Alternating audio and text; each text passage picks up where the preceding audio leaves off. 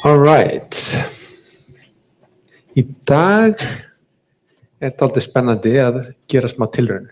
Þetta splunkunýtt efni, ég hef ekki kennt þetta áður í þessu námskeiðinni eða annars staðar. Reyndar, ég hef alltaf haft í lok námskeiðsins eitthvað sem tengist torleysanlegum verkefnum. Við höfum hingað til glímt við verkefni sem auðvelt að leysa. Það er að segja, það eru til skilvirk reiknirit, helst línuleg eða næstuði línuleg. Í þessu tilfelli hérna, þá ætlum við núna að gleyma verkefni þar sem engin skilvirkar aðferðir. Og þá er spurning hvað maður gerir. Og við ætlum þess að gera þetta þannig, við ætlum að kynna hérna verkefni sem heitir satisfiability á ensku. Ég veit ekki hvernig ég á þýða á íslensku, fullnægjanleiki. Það að fullnægja röksegðum. Og áður fyrir hef ég fjallað þetta mjög teoretist og það hefur farið fyrir ofangarð og neðan hjá mörgum nemendum. Ég ætlaði að gera smá tilraun og tala meira praktískar lausnaraðferðir. Af því að þetta verkefni orðið svona lykil verkefni á ýmsum sviðum. Þannig að þetta orðið svona meta-lausnaraðferð. Hugmyndin að svo að þú tekur þitt verkefni, umritar það yfir þetta form og þá getur þú keyrt svona pakka sem fara til. Og það sem liggur að baki þessu það sem kallast heuristic search eða aðferðir sem ekkert mjög skilvirkar í versta falli, en þú getur látið þær, ef þú vandar þig við þær, þá getur þú látið þær virka rosalega vel á mörg praktísk tilfelli. Og svo ætlum við tengja þetta síðan við torleysanleika almennt talað. Það er að segja spurningur hvað er hægt að leysa, hvað getum við leyst í tölvum, hvað tekur einfaldlega of langan tíma. Þannig að við ætlum að byrja að fjalla þetta satisfiability verkefni, skilgreiningar á því og skoða ýmsar hagnýtingar á þessu. Hvernig er hægt að taka önnur viðfangsefni og umrita yfir þetta satisfiability. Og síðan ætlum við að fjalla lausnaraðferðir við þetta. Ég ætla að gera megnið af því í næsta tíma, en ætla að kynna svona hugmyndin af því, svona basic aðferð við þetta. Eins og venjulega stoppið mér nú endilega af ef ég ætti að orða eitthvað betur. Nú, ég hef nýtt hérna fullt af efni sem ég hef fundið og fengið, þannig að þetta ég hef tekið úr ýmsum fyrirlesturum til þess að vinna þessar slæður. Hvað erum við að fást við? Við erum að fást við eitthvað svona. Þetta gerði við Strjáll 1, það er að segja röksegðir. Okkur gefið svona, þetta táknar hérna, þetta vaffjarnan táknar eða ekki satt og öfuga vaffið táknar og þetta, hvað maður segja, hálfkassa hérna táknar neitun. Þessi x hérna eru breytur. Við erum með 3 breytur hérna, x0, x1, x2 og þar geta allar tekið gildið annarkvort satt eða ósatt. Og svo er spurningum að reikna upp úr þessu og þá getum við beitt, þá getum við til dæmis fyllt inn í þessa sandtöflu, svo kallað, þar sem við prófum öll möguleg gildi fyrir þessar breytur. Hvað til dæmis væri niðurstaðan ef breyturnar hafa alla gildið satt?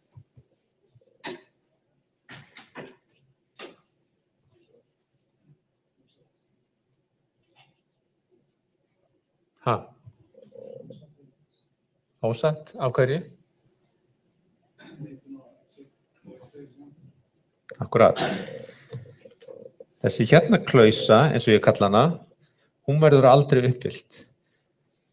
Hún er ekki sönn, vegna þess að x2 er með gildið satt, þá er ekki x2 með gildið ósatt. Takum ósatt með f. Og x1 er með gildið satt, þannig að ekki x1 er með gildið ósatt. Og ósatt eða ósatt er áfram ósatt. Og þá er alveg sama hvað kemur hérna undan, vegna þess að við erum að oga það við Jafnvel þó að allt hitt sé satt, að þá verður niðurstaðan sönn, hérna ósönn.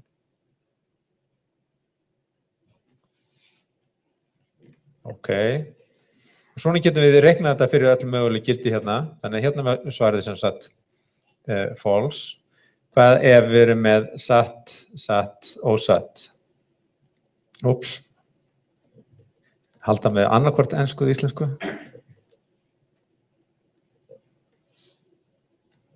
Hvað gerist þá? Þá fáum við að þetta er satt og þetta er satt og þetta er ósatt. Hann nú. Þetta er satt og þetta er ósatt, þetta er satt, þetta er satt og þetta er ósatt. En allstaðar er allavega ein breyta sem hefur gildið satt. Þannig að útkoman úr þessu er þá satt. Samanlega. Er þetta ekki endurtekið efni fyrir alla? Stingum inn í og beitum bara þessum aðgerðum, satt, ósatt og svo framvegis til að reikna upp úr þessu. Og svona getum við fyllt inn í þetta töflu, það er að segja tekið alla möguleika og haldið hérna áfram. Nú hérna væri ég búin með helminginn, við getum reiknað upp úr þessu hérna, hvað heldur það gerist hér? Næstu tilfellum. Satt, ósatt, satt.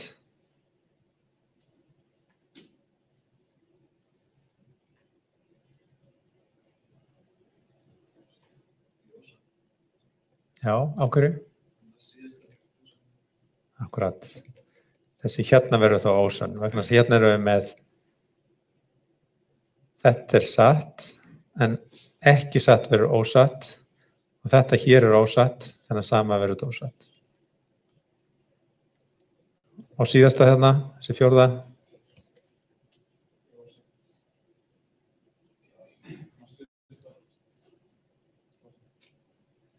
Það er síðasta aftur.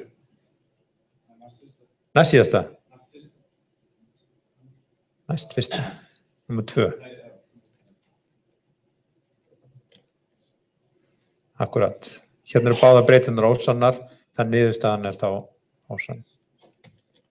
Og svona getum við haldið áfram að reikna upp úr þessu öllu saman. Þetta satisfiability verkefni er bara spurningin, er til leið til að gefa breytunum gildi þannig að útkoman verði sönn? Svarið hér er já, vegna þess að þessi fyrsta, nei, ekki þessi fyrsta, þessi númer 2, hún gaf okkur sanna útkomu. Þannig að þetta er allt og samt. Þetta er rauninni í dæmið, verkefnið. Hvað er svona mikilvægt við þetta?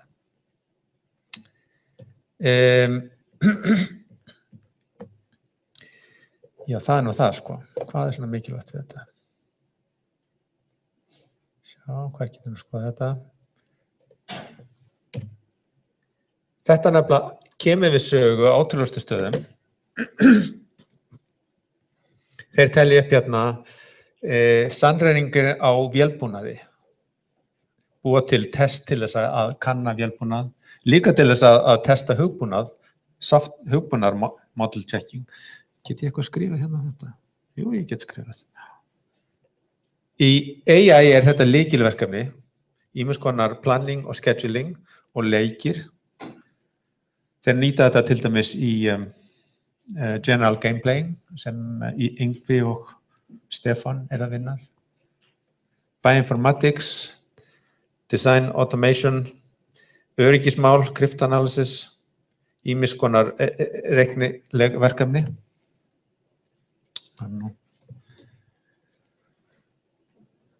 Og síðan eru ýmsar útvíkkanar að þessu sem nýta rauninni þessa lausnavél sem hefur verið þróað. En við skulum skoða fyrst, rifja upp hvað þetta er. Röksegð er skilgreind yfir þessar breytur.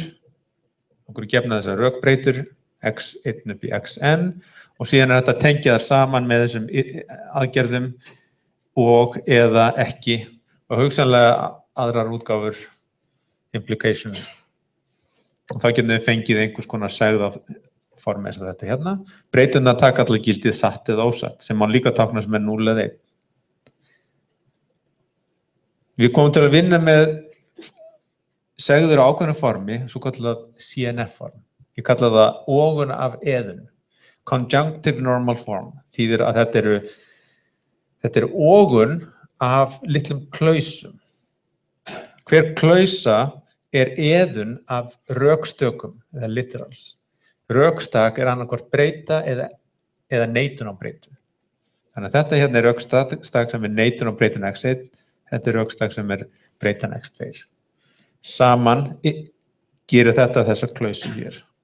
Hérna erum við segðum með 2 klausur sem eru ógaðar saman.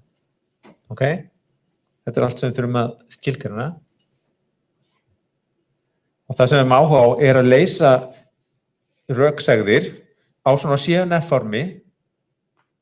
Það er að segja, við viljum finna gildisveitingu á breytunum þannig að niðurstaðan sé sönn. Eða sína fram að það sé ekki hægt. Hérna benda þær á að þetta er svo kallað NP-complete verkefni. Við ræðum með næsta tíma hvað það þýðir, en óformlega þýðir á nokkurn veginn það sé torleysanlegt. Það sé mjög óleysanlegt að það sé til skilvirk aðferð til að leysa það. Þetta er meiri handavinna hjá það. Ég er að passa með að skrifa ekki á mikið. Hérna dæmi verkefni sem hægt er að umrita yfir í svona satisfiability form. Hérna er okkur gefið net og við viljum teikna, við viljum lita hnútana. Við viljum lita það þannig að þeir sem eru tengdir, aðlægir, að þeir fá mismunandi lit. Og spurningin er hægt að lita þetta með 3 litum, til dæmis. Og hérna sjáum við gilda litun.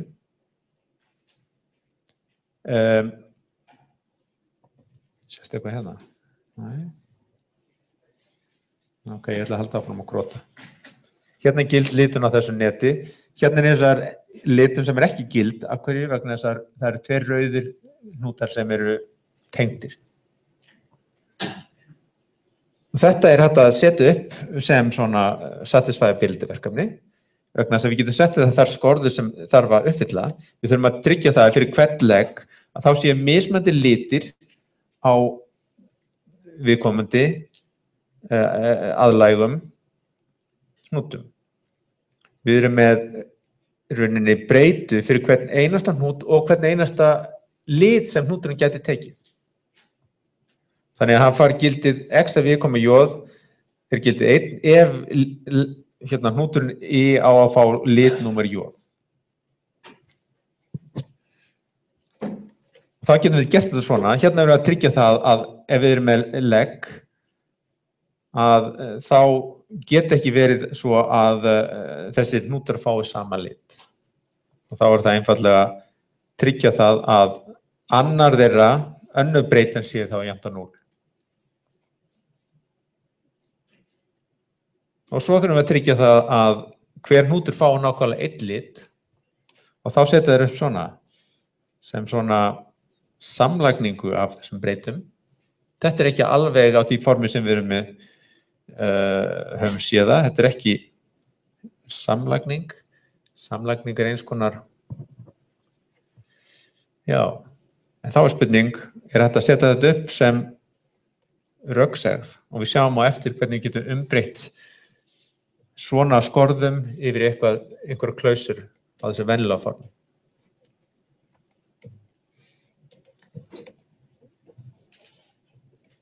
Hannu.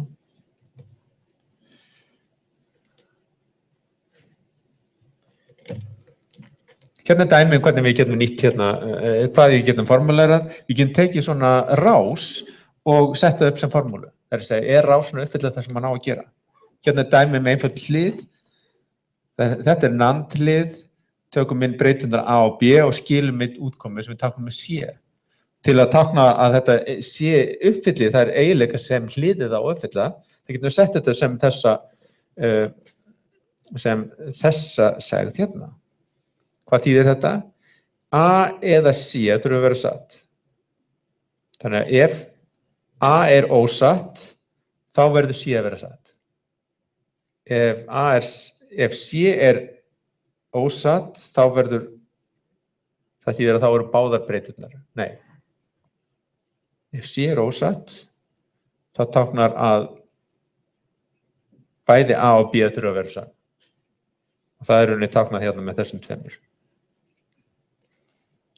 Og þessi síðasta segir rauninni, ok, einhverja af þessum gildum verða að vera jafnt á 0. Vegna þess að ef A og B er jafnt á 1, þá á nútkomi hérna verður jafnt á 0.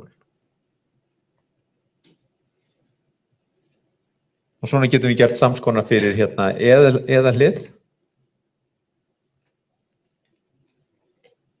Og við getum einfaldlega myndað svona samtöflu sem á að gilda fyrir þetta. Og út frá því getum við leitt út hver formúlan á að vera. Svo getum við tekið stærri rás og myndað lengri segð sem tekur fyrir alla rásina. Nefnilega, við tökum hvert hlið fyrir sig og skráum þá segð sem lýsir virkni þessa hliðs og svo tökum við öll hin hliðin og skeytum saman við þeim segðum sem eigum við þau hlið. Þannig í heildina erum við komið með eina segð sem sannreinir, sem tékkar af hvert einasta hlið og þar með alla rásina, alla útkomuna. Og þetta nú grunnur af þessum vélbúnaðar prófum sem þeir gera. Og svo hægt að útfæra ýmsar flóknari formúlur. Hérna sýna þetta dæmi. Hvað hefur verið með summan af gildanum allavega jafnt á 1? Hvað þýðir það? Ef við lítum 1 sem jafnt á satt og 0 jafnt á ósatt, þá erum við að segja að allavega ein breyta þurfi að vera sönn. En það er auðvelt að gera það einfaldlega bara með svona eða klausu. En það er flóknara að meðhandla þetta. Hvað ef við erum með eitthvað á þessu formi? Þannig að summan af öllum breytunum sé mestalegi 1. Það er segir mestalegi ein breytan má vera sönn. En þá er þetta að gera það þannig, það er að taka öll pör af breytum og segja, já, annað hvor þessara verður að vera ósönn. Allavega annað hvor. Hugsanlega báðar. Og ef við gerum þetta við öll pör, að þá erum við búin að tékka af þetta hér. Það er smá galli vegna þess að ef þetta er marga breytur, þá verður þetta hérna, þá getur þetta aldrei langur listi. Ef við erum með n breytur, þá verður þetta n í öðru pör, ekki satt. En það er hægt að gera þetta á skilvirkari hátt. Og núna sjáum hvernig við getum útfært þetta hérna. Þannig að nákvæmlega ein breyta þarf að vera ein af þessum n breytum á að vera sönn. Þá getum við lítið á sem svo að við erum á kombinari hérna. Þetta skilyrði, það sem að allavega ein breytir er sönn og þetta hérna skilyrði, það sem að mestalega ein er jafnt og sönn. Og bara öndum það saman. Sammála. Virkir svo alvarleg.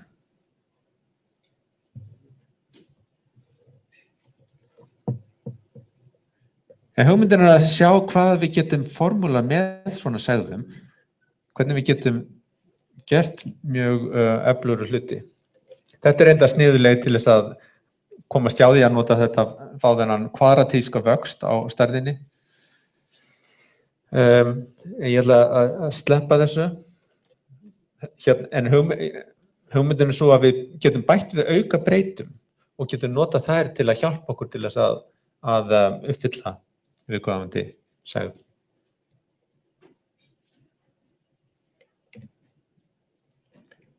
Tökum eitt dæmi hérna. Við erum með 2 rásir og við viljum tékka á því, eru þessar 2 rásir jafngildar? Eru þær alltaf að reikna saman hlutin? Þetta virkar mjög flókið. En spurningin snýst til einhver gildi sem skilja að útkomuna úr þessum 2 rásum. Þannig tengingin við satisfiability, vegna þess að hérna getum við sett þetta upp svona. Við erum með þessa annars vegar rás A og rás B og þar hafa einhver úttök og við viljum tekka á því að úttökin sé nákvæmlega sömu og þá getum við sett þetta inn í svona NOR-hlið. Nei, þetta ekki NOR, þetta kallast þetta svona equivalence. Ekki. Þetta hlið sem tekkar að hvort að 2 breytur séu mismunandi og skilar þá einum.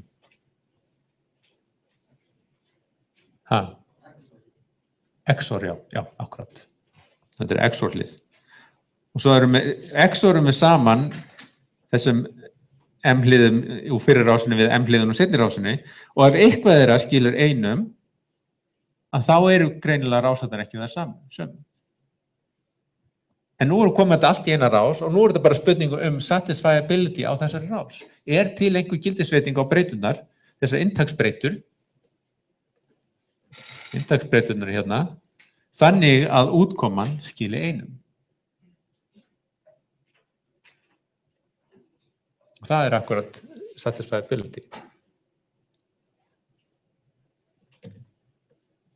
Skoðum annað.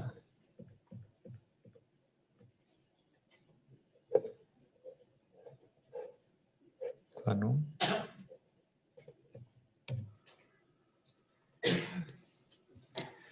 Nú rugla ykkur rýmina því að þessi mismandi slæðusett og mismandi stíll á þessu.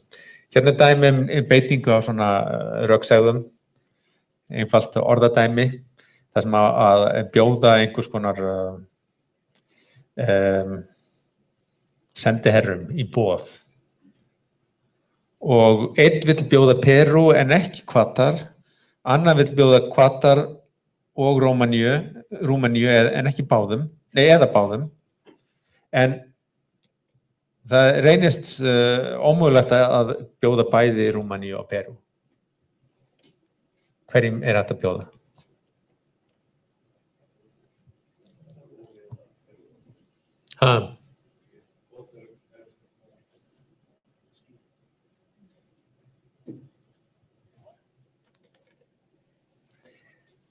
Fyrst kannski að setja þetta upp sem svona röksegðir og þá erum við breytu fyrir hvert af þessum löndum. P ef við bjóðum Perú og Q fyrir Katar og R fyrir Rúmeníu. Og þá segjum við það sem að sendiherrann vildi bjóða að það þessi segð hér. Hann vil bjóða Perú en ekki Katar. Og þessi síðasta til dæmis, það ekki hægt að bjóða þeim báðum, bæði Rúmeníu og Perú og þá það ekki þetta hérna. Og þá snýst þetta að finna gildisveitingu fyrir þessa segð hér.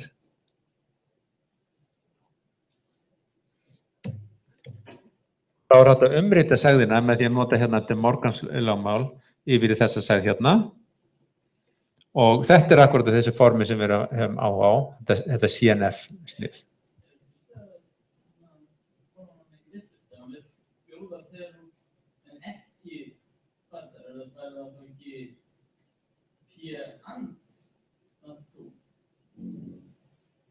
Jú, ég myndi halda það. Það alveg rétt.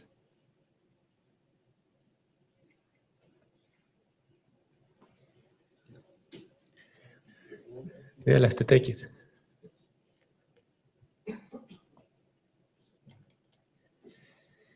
Nú þið kalla það módel eða líkanaformúlu, það að finna einhvers konar gildisveitingu fyrir breyturnar.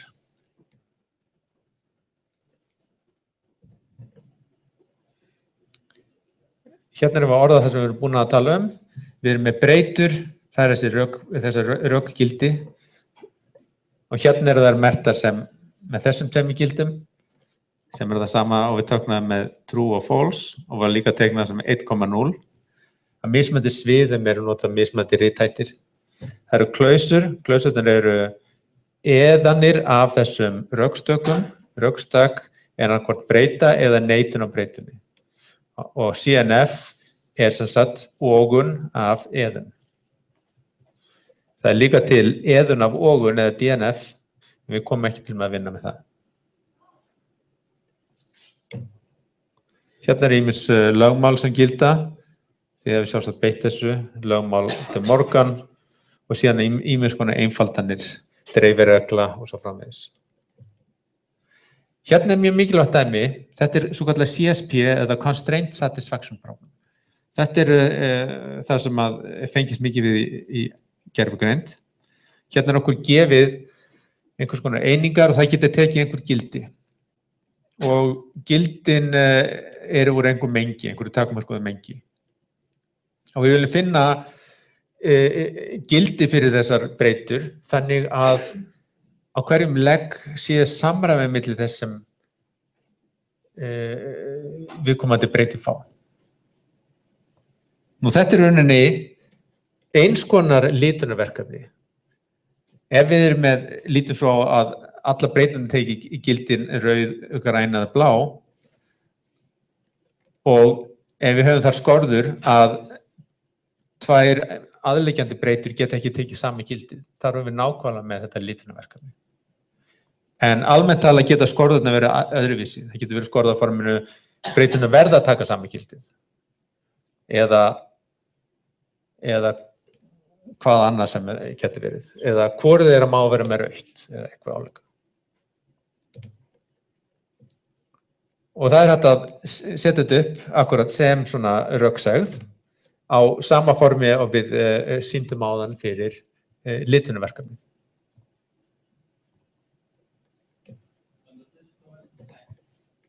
Fyrir ekki þau?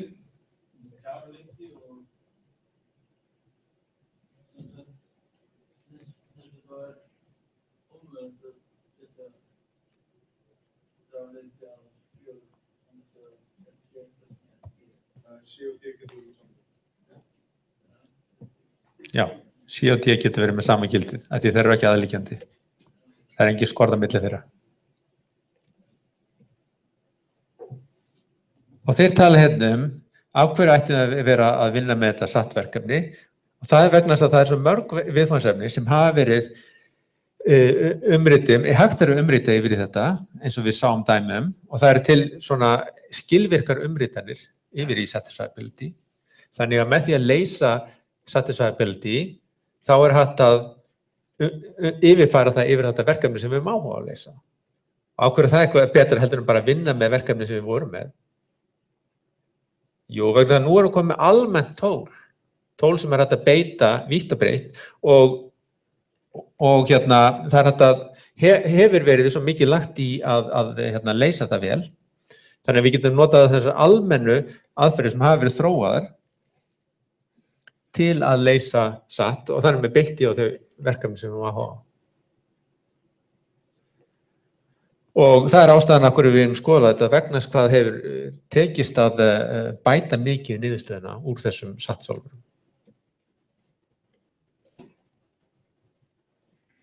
Og ég ætla að taka eitt dæmi en þá og það frá ekki þetta. Og það kemur frá Ara, rektor. Þið munum kannski að hann sem sagt starfaði hjá NASA áður en hann kom hingað og þar stjórnaði hann teymi sem vann að því að beitingu á gervigreind og sérlega beita gervigreind til þess að schedulera. Og skulum skoða dæmi hérna þetta. Eins og hann setti þetta upp. Hérna svona tímatabla, dagstablan fyrir einfaldan Mars rover, eða Mars, hvað kallar svona ferðaeining. Það að segja, þessi eining gerir ýmis konar verkefni, tekur myndir. Þarna hún að vinna með, nota smásjá til þess að skoða innihald á einhverjum steinum. Seinna meir tekur hún myndir. Síðan þarf hún að senda þetta til stjórnstöðvarinnar, tekur fleiri myndir, tekur pásu, sendir þetta niður og hérna niðri á jörðinni það sem í gangi þar. Hvað gera þeir? Jú, þeir taka á móti þessum niðurstöðum sem sem þessi róbot vann úr, analysera myndirnar og gögnin og út frá því skipuleggja hvað ætla að láta róbotni gera næsta dag. Þannig að þeir búa til hérna svona activity plan sem hann á síðan að framkvæma, útfæra það í einhvers konar skipunum, það þarf að fara fyrir einhverja stjórn og á endanum það síðan sendt upp til róbotsins.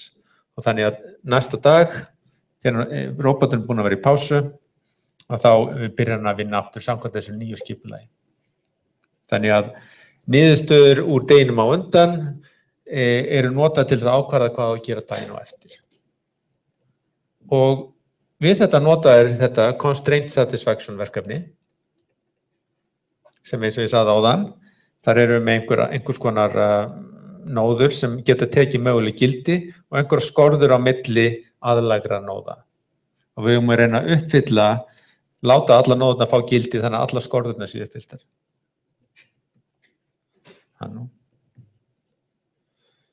Ok. Og það byggir á því að þeir setja þetta upp, þessi verk sem róbotarnir að gera, sem tímabil. Hvert tímabil samsvarar einhvers konar aðgerð sem á að framkvæma, hvert tímabil ákveðin upphaf og endi og síðan getur verið einhverjir stikar sem ráða því hvað á að gera, hvaða skorður eru til staðar og fleira. Þessar aðgerðir eru síðan tengdar saman í netabilum sem tengjast með svona skorðum. Og út þessu færðu svona skorðunet, eins og það kalla það.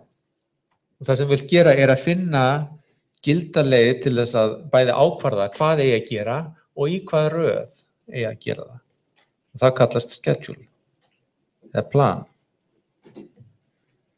Og hérna þá dæmi mögulegt endanlegt plan.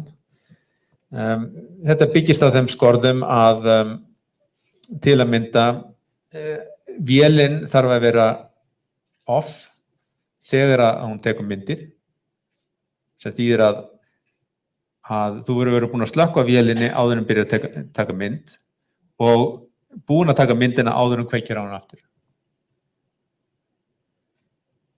Til þess að taka mynd þá þarf þetta að vera búin að benda eða snúa þér að því sem það ætlar að taka mynd, sem getur þýtt að þú er bæði að snúa þér og því þetta líka að stilla þá fókusinn og síðan þetta að stjórna myndavélinni, gera hann tilbúna, láta hann taka mynd og svo framvegis. Þetta er bara einn lítill bútur í þessu stóra plani sem þeir setja upp. En þetta er dæmi skorður sem geta komið upp og eru nauðsynlegar bæði öryggislega og líka bara upp á skilvirkni.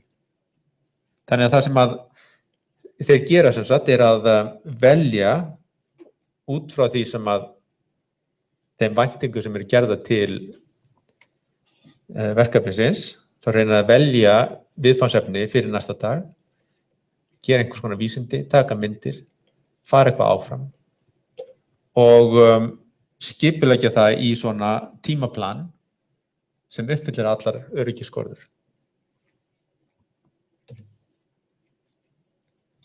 Og síðan geta þeir unnið með það frekar, þeir geta ákveða kannski að búa til nýtt plan, breyta því einhvern veginn, að skoða mismunandi möguleika og svo framvegis.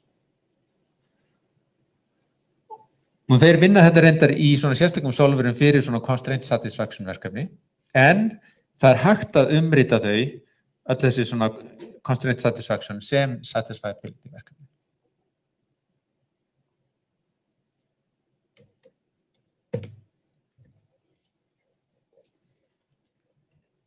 Áhugavert, því sniðugt, merkilegt. Ok. Næst ætla ég að taka örlítið hvernig við getum farið að leysa þetta. Við skulum bara taka okkur pásuna, þetta verður ekki svo langt hjá okkur.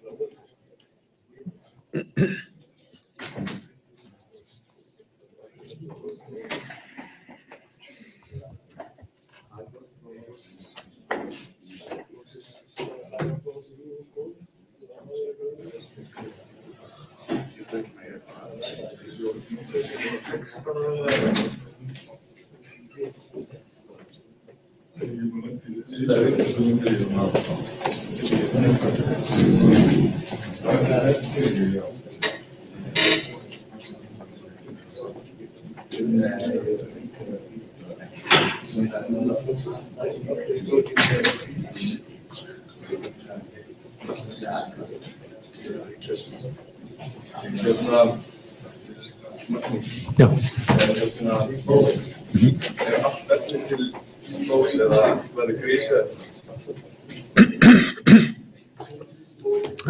Almennt allt sem við tekið fyrir til prófs, já. En ég ætla að ræða í næstu viku, þú veist, ok, hvað leggja áherslu á? Já, hvað það sem að þið geta gert, ekki sant?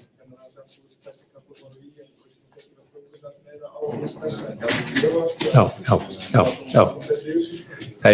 Það sumt sem ég hef farið í, sko, sýnt ykkur, sem ég ekki gera ráð fyrir að þið getið, sko, endurtekið, ekki sant?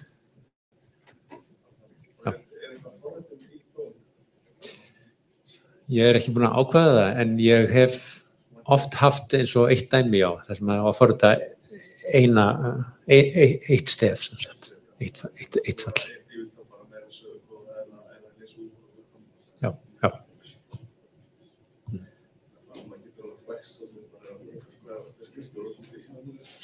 Já, ég veit það. Það er líka erfitt að fara yfir kóði.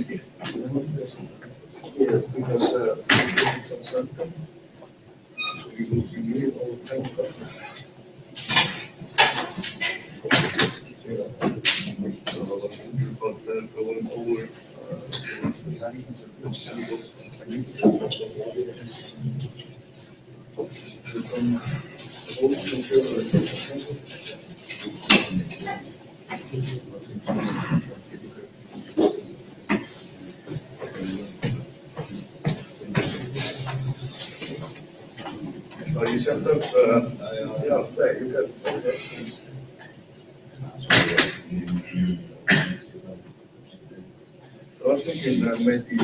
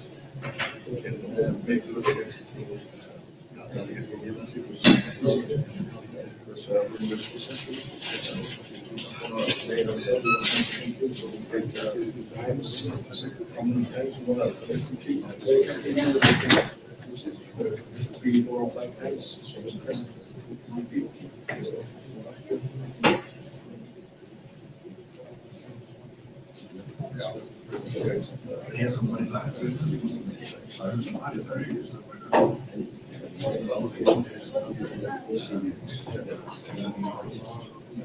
so let's continue this. I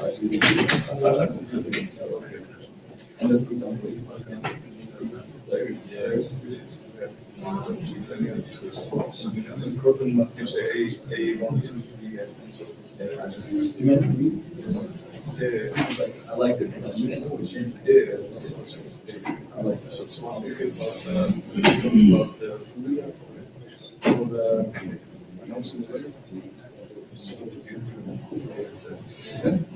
Yeah, when you check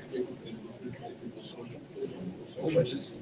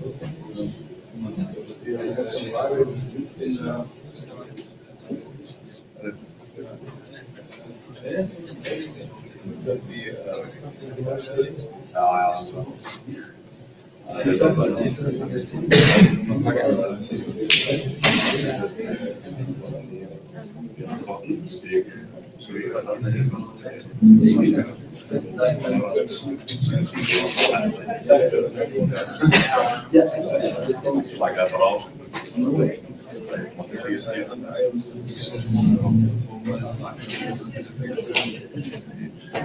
That's good.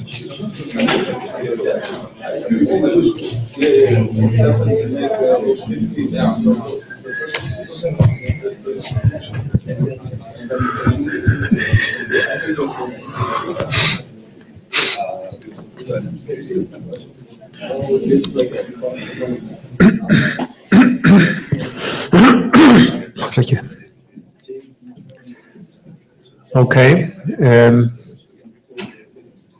Ég ákvaða að kasta upp smá kóða til þess að sýna þetta, svona lausnaraðferðir á þessu og með markmiði að hafa þetta sem einfaldast eins og mögulegt er. Og við skulum byrja því að kynna þessu hérna svona, já, einföldustu lausnaraðferðina, algjörlega grunnhugmyndina.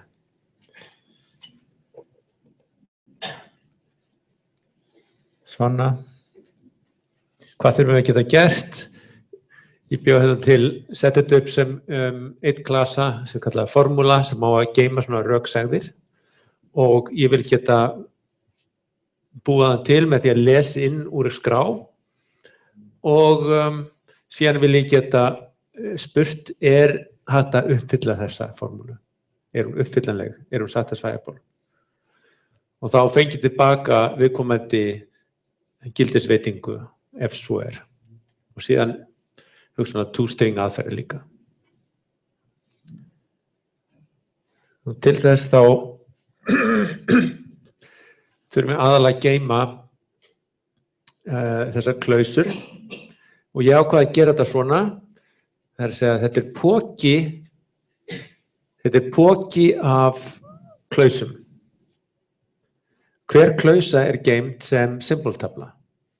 Symboltabla sem inniheldur annars vegar númer, breytunar og hins vegar búlían hvort að hún einföld eða neitun á henni. Það held ég 1 ef hún ekki neituð og 0 ef hún neituð. Nú það hægt að gera það ýmsa vegu, það væri hægt að gera það sem til dæmis bitavígur, en það væri dálítið dýrt vegna þess að þá erum við með stærð n fyrir hverja einustu klausu ef við erum n breytur, þannig að heildarkostnaður er þá n sinnum m, þar sem m í fjöldi klausa, og það getur orðið mjög stórt, það er hægt að vera línulegt í stærðina á inntækinu. Þannig að þetta hefur þá þann kost að þetta er réttur hlutfalli við stærðina af inntækinu. Það hefði verið hægt að geyma þessum fylki hérna af þessum klausum. Ég lendi í einhverjum vandræðum með að búa til generist fylki, þannig ég ákvað að hafa þetta bara sem poka, en það eina sem ég þarf að gera er að ítra yfir klausurnar. Ég geymi hérna n og m, þetta er fjöldi breyta og fjöldi klausa. Og síðan til þess að skila útkominni, það er að skila þessari gildisveitingu sem uppfyllir klausuna, segðina, að þá geymi ég það sem assignment. Nú það er þetta líka geymt sem symbol tabla af integer og boolean. Og hérna þýðir það þá, þetta er þá breyta, númer á breytu og sanngildi á breytuna, satt þá og satt. Það hefði verið líka verið hægt að búa til sér klasa sem heitir klausu. Til þess að hafa þetta, halda þessu einfaldu, þá ákveði að hafa þetta allt saman í einum klasa. Þannig að þetta virkar svona. Og hérna er dæmi inntak. Ég notaði þetta einfalda inntakssnið hérna. Fyrsta breytan það er heiltalan inntakinu, það er fjöldi breyta. Og næsta heiltala er fjöldi segða. Síðan er ein lína fyrir hverja segð og fyrir hverja klausu. Og hver klausa er svona kommulisti af heiltölum. Þannig að þetta vísar þá í að við erum með breytuna x0 og þá eðað við hérna breytuna x1 nema mínus táknaði þessi neitun á henni. Þannig að þá er þetta ekki x1. Það er sem sagt, þetta er þessi klausa hér.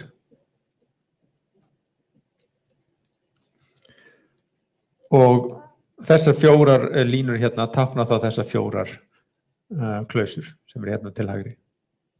Þetta er svo einfaldasta. Hérna er einfalda bara með 2 breytur, 1 klausu, klausan samanstendur af x0 eða ekki x1. Einfalt. Nú svo er þetta smá aðferð til þess að þá lesa inn svona inntaksskrá. Við lesum inn fjöldan á breytunum og segðunum, búin til nýjan poka af þessum klausum. Hérna þarf ég að bæta þessari línu til að fá nýja línu. Síðan ítreði gegnum allar línurnar, allar m-línurnar, les inn línuna sem streng, splitt henni upp út frá þessum kommum, þannig að þessi token núna innihalda þá þessi mismunandi gildi hér. Hver klausa, ný klausa er jú þessi svona symbol tabla, bý hana til og síðan fer ég að setja inn í hana. Þannig að fyrir hvern af þessum rökstökum þá les ég gildið, það er þá tölugildið af heiltölunni sem er það bakvið og svo athuga hvort þessi mínus með því að athuga bara fyrsta stafinn í hérna. Og síðan setja þetta inn í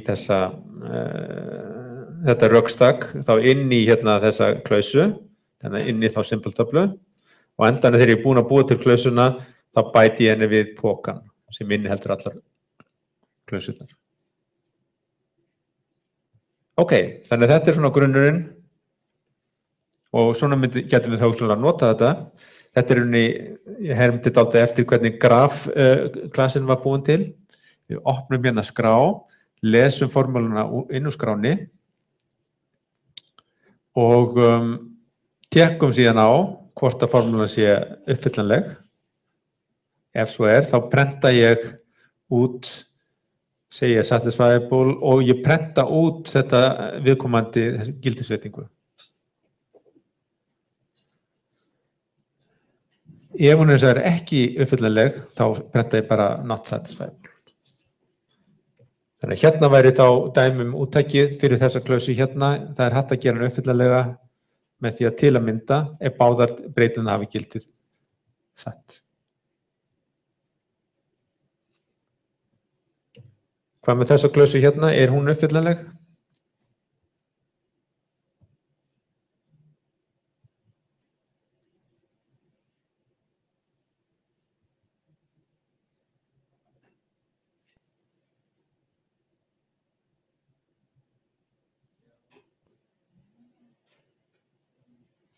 Ok, hvaða gildi fá þá breyturnar?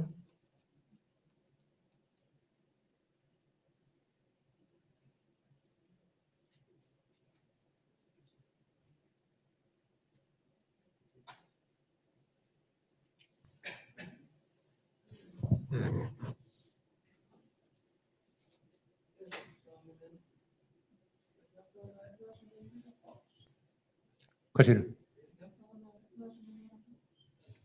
Já. Það getur við erum bara með 2 breytur, þetta er 4 mismunandi klausur, það taka fyrir henni öll möguleg kombinasjónir, ekki satt, af x0 og x1 með og án ekki fyrir framan. Þannig að það verður alltaf nákvæmlega eitt af þessu sem er ósatt. Til að mynda ef við erum með x0 jafnt og satt og x1 er jafnt og ósatt, hvaða klaus er það þá sem er ekki uppfyllt?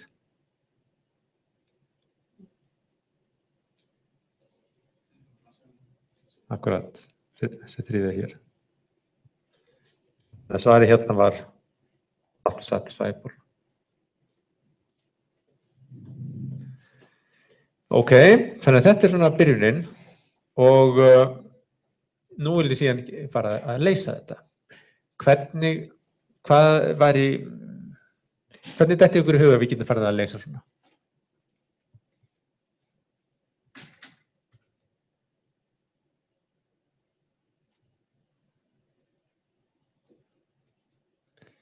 Við erum raunum búin að sjá eina lausnaraðferð þó bara síðan á pappír, ef svo maður segja, eða á slæðu. Ha.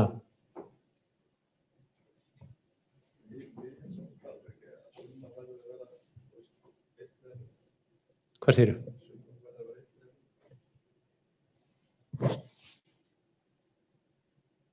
Nei, við þurfum almenna lausnaraðferð sem gildir fyrir hvaða segð sem er. Þegar við skoðum sandtöfluna, þá er sandtöfluna eins konar lausnaraðferð, ekki satt? Leið til þess að prófa alla möguleika. Það er grunnurinn, það er að einfaldast að prófa alla möguleika. Það er endur ekki alveg sjálfgefið hvernig maður fer að því að prófa alla möguleika. Vegna þess að ef við erum með 3 breytur og viljum prófa alla möguleika, það getur haft bara 3 lykkjur, ekki satt? En hvað ef við erum með n breytur, það sem n er breytilegt, við getum ekki haft n lykkjur.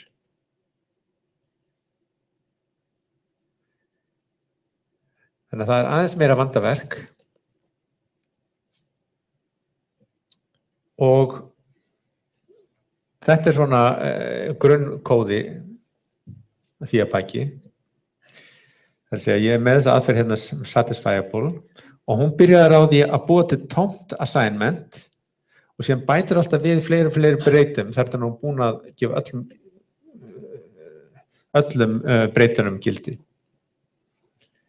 Hún kallar á þessu endurkvæma aðferð sem tekur í sig svona gildisveitingu eða hlutagildisveitingu vegna þess að hugsanlega bara einhver hluta breytunum er búin að fá gildi. Í upphafi er enginn þeirra búin að fá gildi. Og það er endurkvæma aðferð, það er að segja hérna niðri á 2 mismunandi stöðum, þá framkvæmum ég endurkvæmt kall. Grunntilvíkið er það að þegar að við erum búin að fá, þegar alla breytunum eru búin að fá gildi, eitthvað gildi,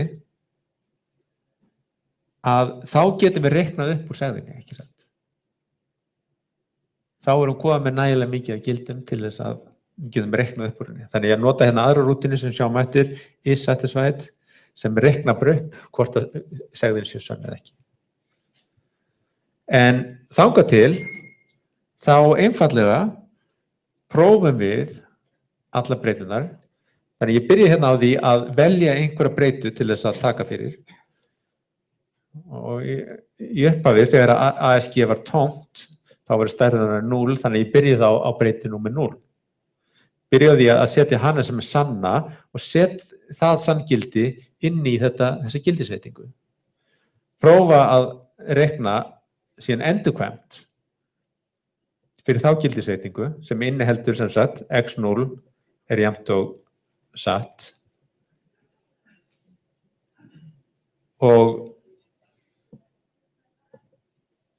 ef niðurstaðan sönn þá bara einfaldlega skila ég því. Nú ef það gildir ekki þá prófa ég, ok, setjum x0 jafnt og false.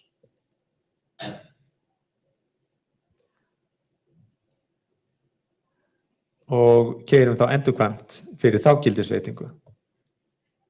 Og þá sjáum við í hverju umferð, eftir því sem verður dýpra í endurkvæmninni, þá bætast alltaf við ný og ný breyta.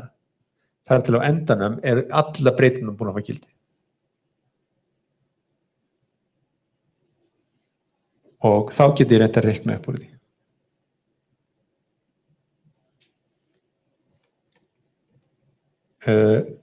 Og hvernig reiknum við upp úr því? Já, það ekkert mjög flókið, við einfaldlega bara gefum þeim gildi og framkvæmum þessa ógun af eðun, ekki satt. Til þess að segðin sé sönn, þá þurfa alla klausarnar að vera sannar. En til að klausa sé sönn, þá þarf eitthvað rökstokkunum að vera satt. Þannig ég með eina aðferð til þess að reikna upp úr einni klausu og þessi seinna aðferð hérna athugar bara hvort að alla klausarnar séu sannar. Ef einhver þeirra ósönn, að þá verður röksegðin öll ósönn. Ef við kemst í gegnum þar allar, þá verður niðurstaðan sönn. En að samaskapi fyrir klausu þá athuga ef einhver þeirra eitthvað rökstak satt, þá skila ég sönnu. Ef ekki, þá það ósatt. Og hvernig ger ég það? Ég tökum þessi dæmi hérna, ég tek inn hérna klausu og gildisveitingu og ég athuga öll gildin hérna í þessari klausu. Til að mynda, gefum okkur við séum með x0 eða ekki x1 eða x2. Þannig þetta klausan og í þessu assignment þá erum við komið til að mynda x0 jafnt og false og x1 jafnt og false og x2 jafnt og false. Og hvað gerist þá? Jú, hérna í lykkjunni þá fer ég gegnum allar breytur sem að finna í klausunni hérna og athuga, ok, sú breyta í gildisveitingunni? Jú. Þannig ég byrja hérna var þá fyrst nefnt á x0. Jú, hún hér. Ef svo þá athuga ég hvort að það sé samræmi þannig á milli.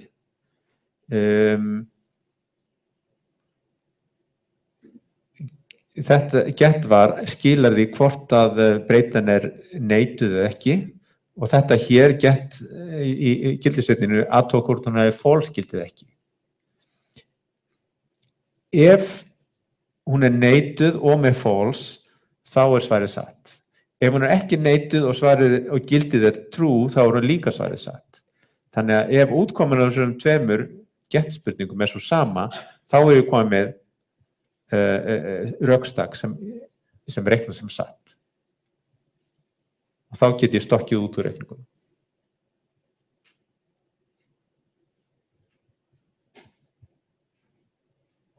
Þannig að þetta einfaldlega leið til þess að reikna upp úr hverju klausu fyrir sig og síðan þetta leiðin til þess að reikna upp úr allir segðinni með því að keyra það fyrir á hverja klausu. Og þetta aftur þessi aðalaðferð. Þetta leið til þess að runni búa til ölla mögulega gildisveitingar. Af því við prófum bæði gildi þegar það er jafnt og ósatt og þegar það er jafnt og satt.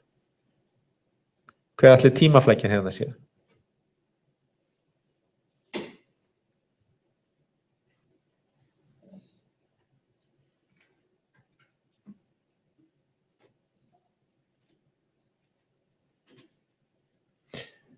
Hver ætli tímaflækjan á svona aðferð sé?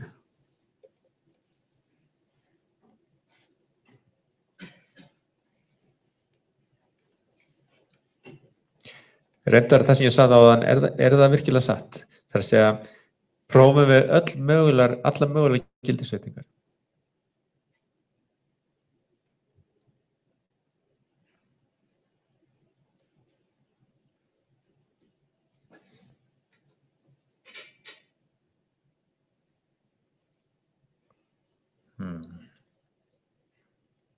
Er þetta erfitt?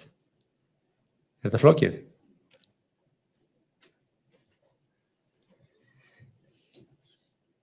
Athugum aðeins hvað gerist hérna þegar við keyrum þetta á þessa sæð hérna.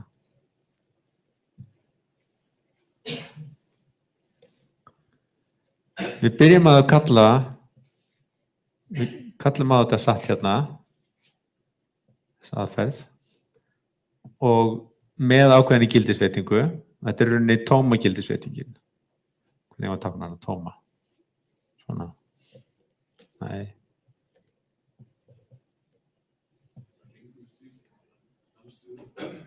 Hring með striki, já, það hljómar vel. Svona. Og þar byrjum við að prófa, ok, vaff er jafnt og satt. Og svo köllum við á endurkvæmt. Við köllum endurkvæmt síðan á nýjaðferð.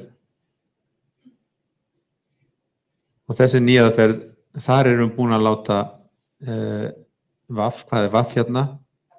Hvað er fyrsta vaffið sem við skoðum? Jú, það er númerið assignment.size, hvað er stærðin á assignment hérna? Það er 0. Þannig að við erum búin að gefa x0 gildið satt. Við köllum endurkvæmt semst á þá aðferð. Sú aðferð, athugar, er ég komin alveg niður í botn? Nei, að því stærðin á þessu assignment hér er bara 1, meðan n er jafnt og 2, það er fjöldi breyta. Þannig að hún finnur aftur nýja breytu, hver er þá, og framkomið endurkvæmt kalla á hana. Þannig að næsta nýja breyta sem hún finnur er þá sama stærðin á assignment sem er 1. Þannig að næst gefur hún hérna x1 líka jafnt og 1. Nú í því kalli að þá athugum við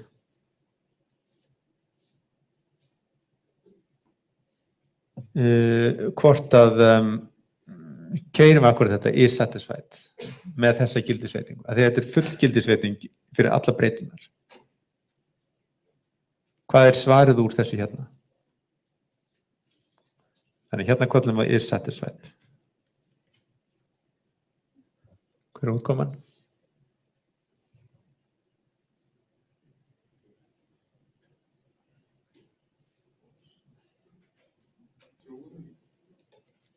Hún er true, þetta er uppfyllið þetta hér.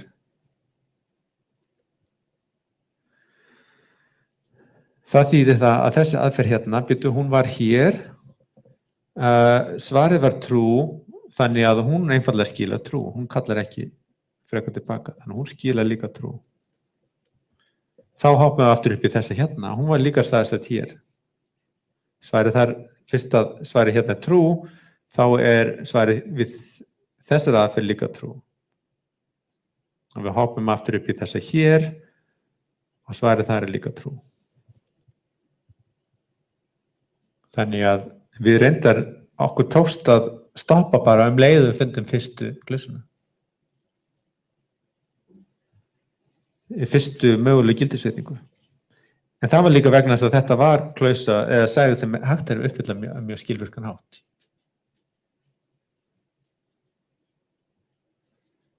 ef við skoðum eins og hvað myndi gerast með seinna dæmið, þá myndum við rekast á samskonar endurkvæm köll.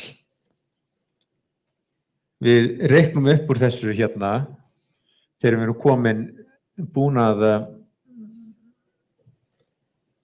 búin að gefa öllum breytum í gildi eins og hérna x1 og x0, þá reiknum við upp úr segðinni.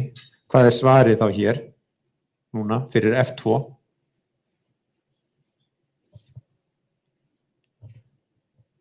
Fyrir þess að segð hér. Við vitum að öll gildin það engin gildisveiting sem uppfyllir þetta. Þannig að svarið þá false. Þannig að við hoppum hérna upp í þetta hér. Nei, við hoppum ekki alveg strax. Hvað gerum við næst?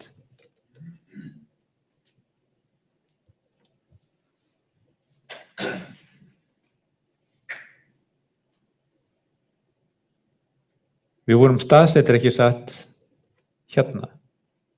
Þegar við framkvæmdum þetta kall. Þannig að svarið hérna nei, þannig að við höldum þá áfram hérna. Prófum næst endurkvæmt kall. Það sem að við breytum gildinu á VAF. VAF þarna síðasta breytan sem við gildi og hún fær þá gildið false.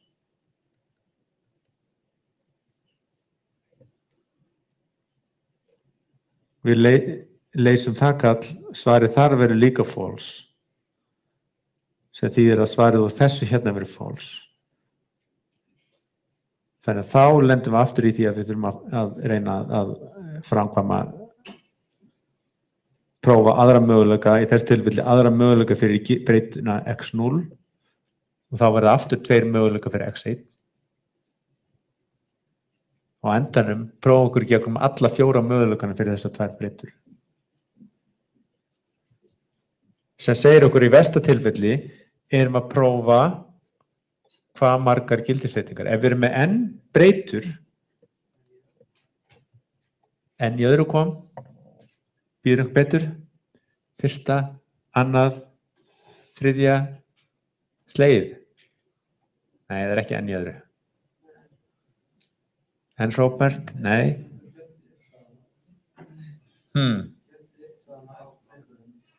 Nei, það er ekki fjöldi umræðan á breytunum. Nálægt í. Hvað eru margar gildisveitingar? Við erum með, hvað margar breytur? N breytur, já. Hvaða gildi geta þess að breytur tekið? Hver þeirra hefur 2 möguleg gildi? Akkurat. Það er 2 möguleika fyrir fyrstu breytuna, sinnum 2 möguleika fyrir næstu breytu, sinnum 2 möguleika fyrir þriðju breytuna, sinnum, 2. Þess að 2 margfaldið n sinnum. Það gefur okkur 2 í enda. Lykilatriði. 2 í enda. Hvað þýðir það að við getum hugsanlega ráð við stór inntök ef við erum með 2 í enda? 1000, milljón, 100.000, 100,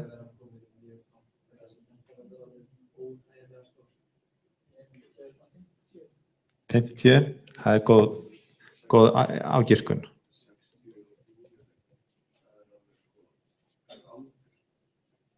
Já. Hafið heyrt söguna af konginum og ráðgjafanum. Ráðgjafinn hafi gert eitthvað frábært fyrir konungin og konungur vildi bjóða hann upp á einhverja gimsteina eða eitthvað rosalega velun fyrir þetta og ráðgjafinn sagði ég vil nú vel ekki mikið sko, en svona nokkur grjóna hrísgrjónum kannski. Ef tekur skákborð og gefur mér 1 grjón fyrir fyrsta reitin, 2 grjón fyrir næsta reit og 4 fyrir næsta reit og svo framvegis, þá verð ég ánægður. Það þýðir það að fyrir síðasta reitin er að gefa 2 í vildinu 64. hrísgrjónum. Hvað ætli 2 í veldinu 64 sé nú stór tala?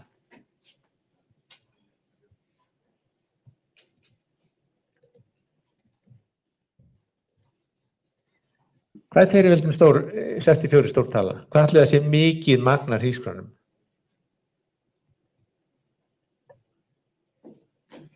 Munið þið regluna sem við vorum að reyna að æfa okkur í? Með tugaveldin. Þetta er 2 í veldinu 4 sinnum 2 í veldinu 60 og 2 í veldinu 60 er þetta bil.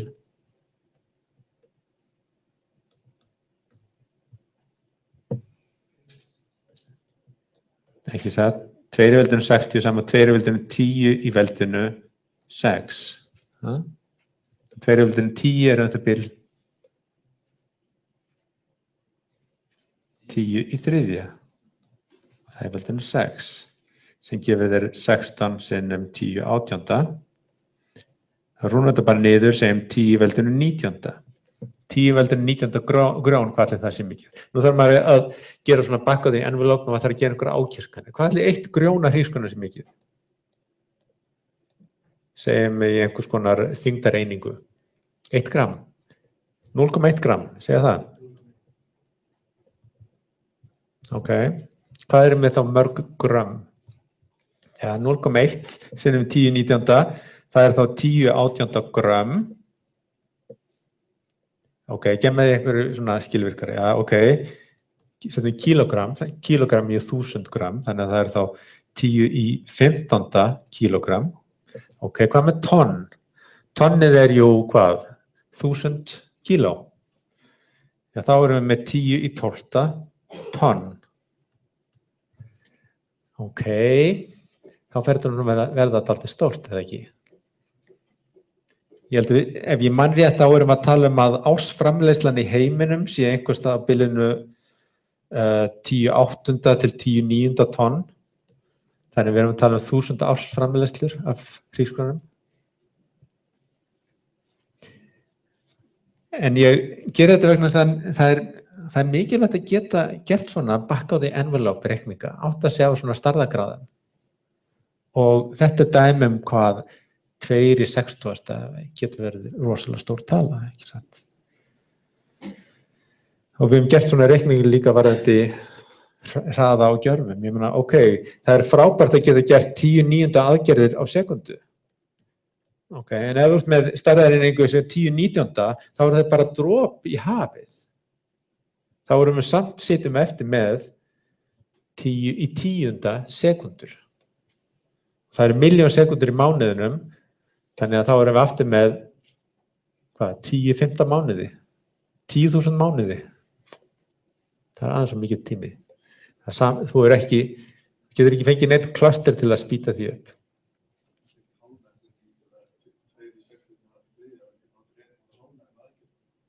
Já.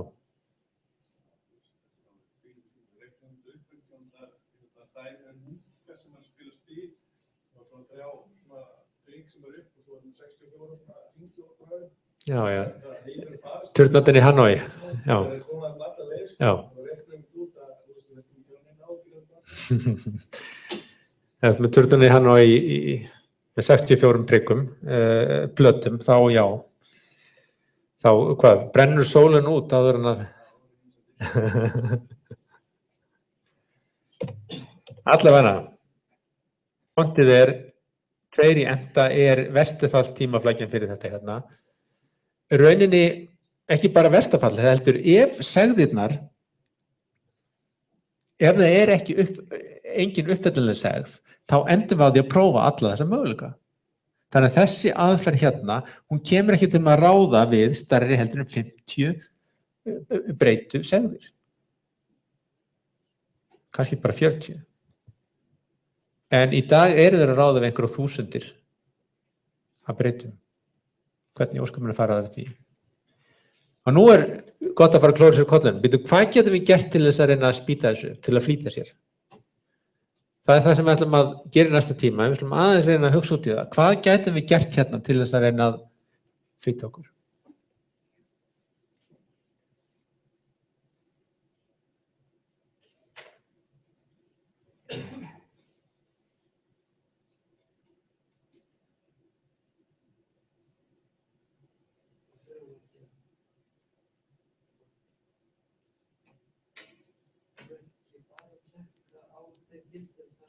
fyrsta klásúlan skilaði trú. Ok, Og það búin að takmarka fjöldann gildi sem við erum að skoða. já. Tekka bara á, segðu þetta aftur, tekkaðu með gildum. Og eftir að við gerum fyrstu klásúluna, þá erum við komin með einhver gildi þar sem að sú klásúla skilar trú. Já. Og við vitum að þegar einasta klásúla þarf að skila trú. Já. Þess að allt gangi. Þá erum við komin með subset af öllum uppröðunum sem að þarf að skoða. Og getum við gegnum hverja klásúlu sem minnka þessu uppsöfnun og með til að við hefum einhverjum uppsöfnunum með til eftir. Það getur hægt, það er ekki til.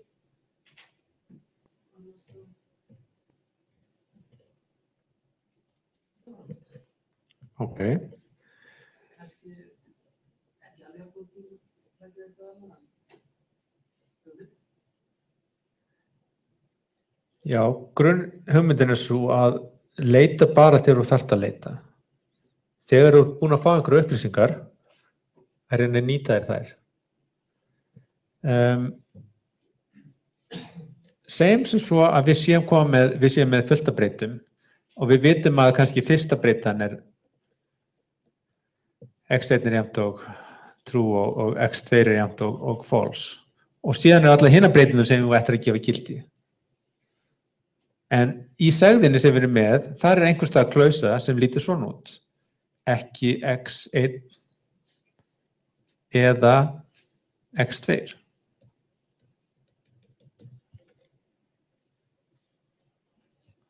Þá hvað? Málið er að við þurfum ekki að pröfa öll gildin á hinum breytunum x3 upp í xn. Það er alveg sama hvaða gildi þessa breytið fá. Þessi segð hérna verður alltaf ósönn með þessum tveimur gildum hérna. Þannig við getum stoppa leitina og sleppt í að rekja okkur gegnum alla þessa 2 í veldinu n-2 möguleg gildi. Og ef við lítum á þessum svona leitartré, við byrjum að athuga gildi fyrir x1 og x2, true, false, og fyrir þetta hérna, þá er ég að rekja mig gegnum hérna möguleg gildi og x2 er jafnt og false. Þá veit ég það að öll mögulegar leiðir til þess að gefa öllum hinum breytunum gildi, skiptir ekki máli. Það er engin ástæða að rekja sig gegnum þetta tré, ég get bara kliftað út, sleppt í að leita þar frekar. Og ef ég get gert þetta nægilega oft, þá get ég takmarkað þá leið sem ég er að framkoma.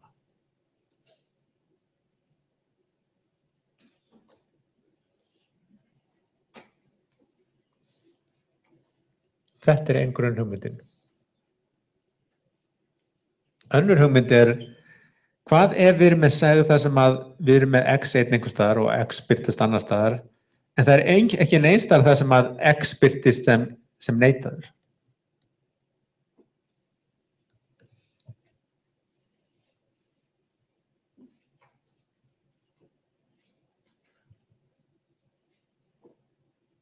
Þá vitum við að við getum bara látið x1 fá gildið satt. Við þurfum ekki að prófa gildið x1 jafnt og ósatt, vegna það hjálpar okkur aldrei.